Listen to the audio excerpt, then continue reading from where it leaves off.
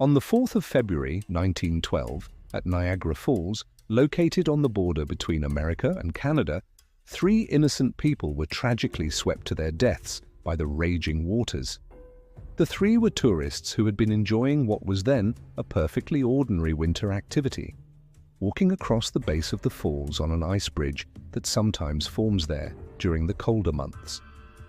Niagara Falls is actually a set of 3 waterfalls, the largest of which, Horseshoe Falls, straddles the border between Canada and America.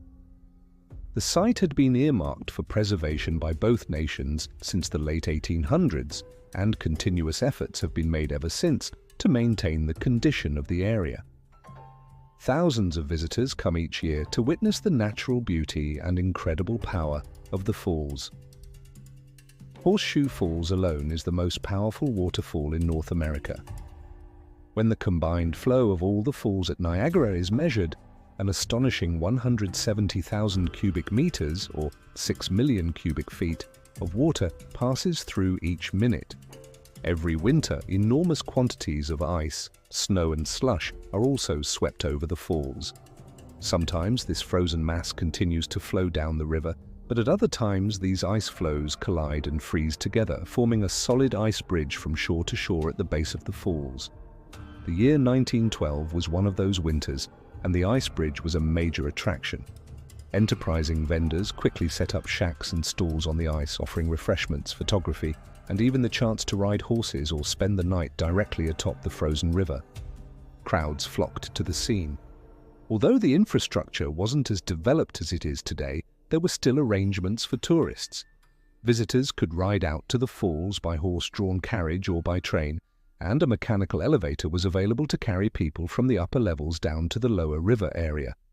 The frozen falls presented a breathtaking, though perhaps intimidating, sight, but for those bold enough to venture out onto the ice, the views were spectacular, offering a unique perspective impossible to experience in the warmer months. Couples visited hand in hand, postcards were sent home, and people played on the ice. There are even photographs of visitors sledding down the towering mounds of snow and ice that built up along the falls.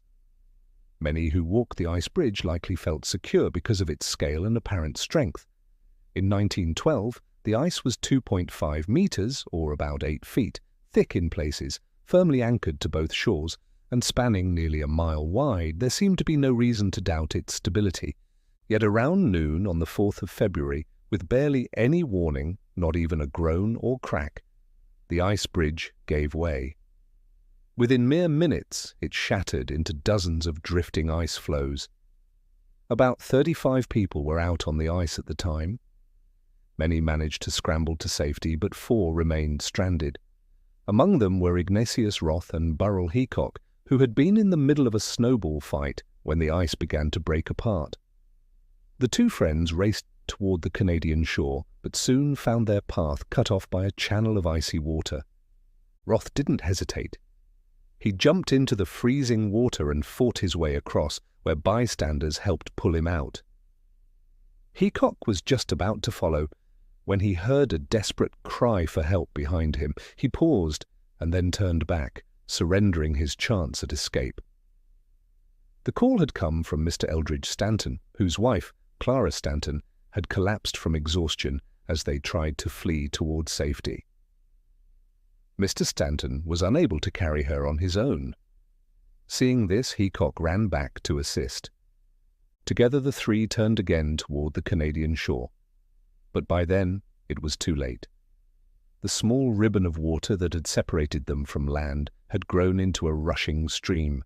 They were trapped on a moving ice floe in the midst of a powerful current. Their ride was slow, but anything but peaceful.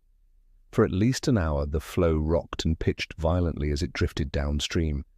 At one point, the ice split into 2 massive pieces. One grounded itself on the American shore, but tragically, the Stantons and Heacock were on the other section, which continued its deadly journey. Soon after, the ice floe broke apart again, this time separating Heacock from the Stantons. Witnesses later recalled that the 3 waved goodbye to each other as the river carried them apart. Downstream, several permanent bridges spanned the Niagara River. The drifting tourists passed beneath one bridge before rescuers could attempt any aid, but by the time they reached the next crossing, firemen, police officers, and railway workers had gathered, ropes in hand, ready to attempt a rescue. Haycock was the first to catch hold of a rescue line. However, the rope sagged under his weight, dipping him into the frigid water where he was battered by floating chunks of ice.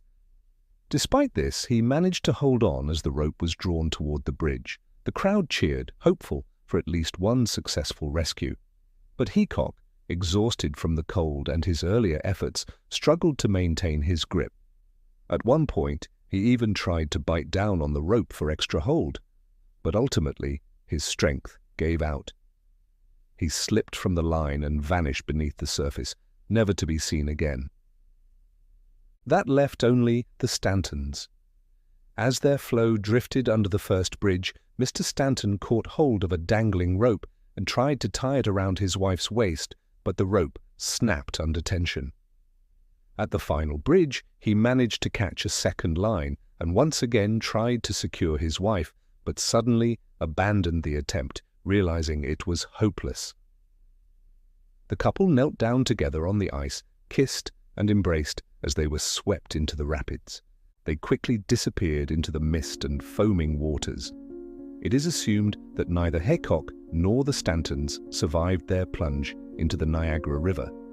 Their bodies were never recovered. Haycock was remembered as a hero, honored for his selfless choice to turn back and help others, even when it meant sacrificing his own chance of survival. The Stantons, who met their end so calmly and together, had been married for 6 years.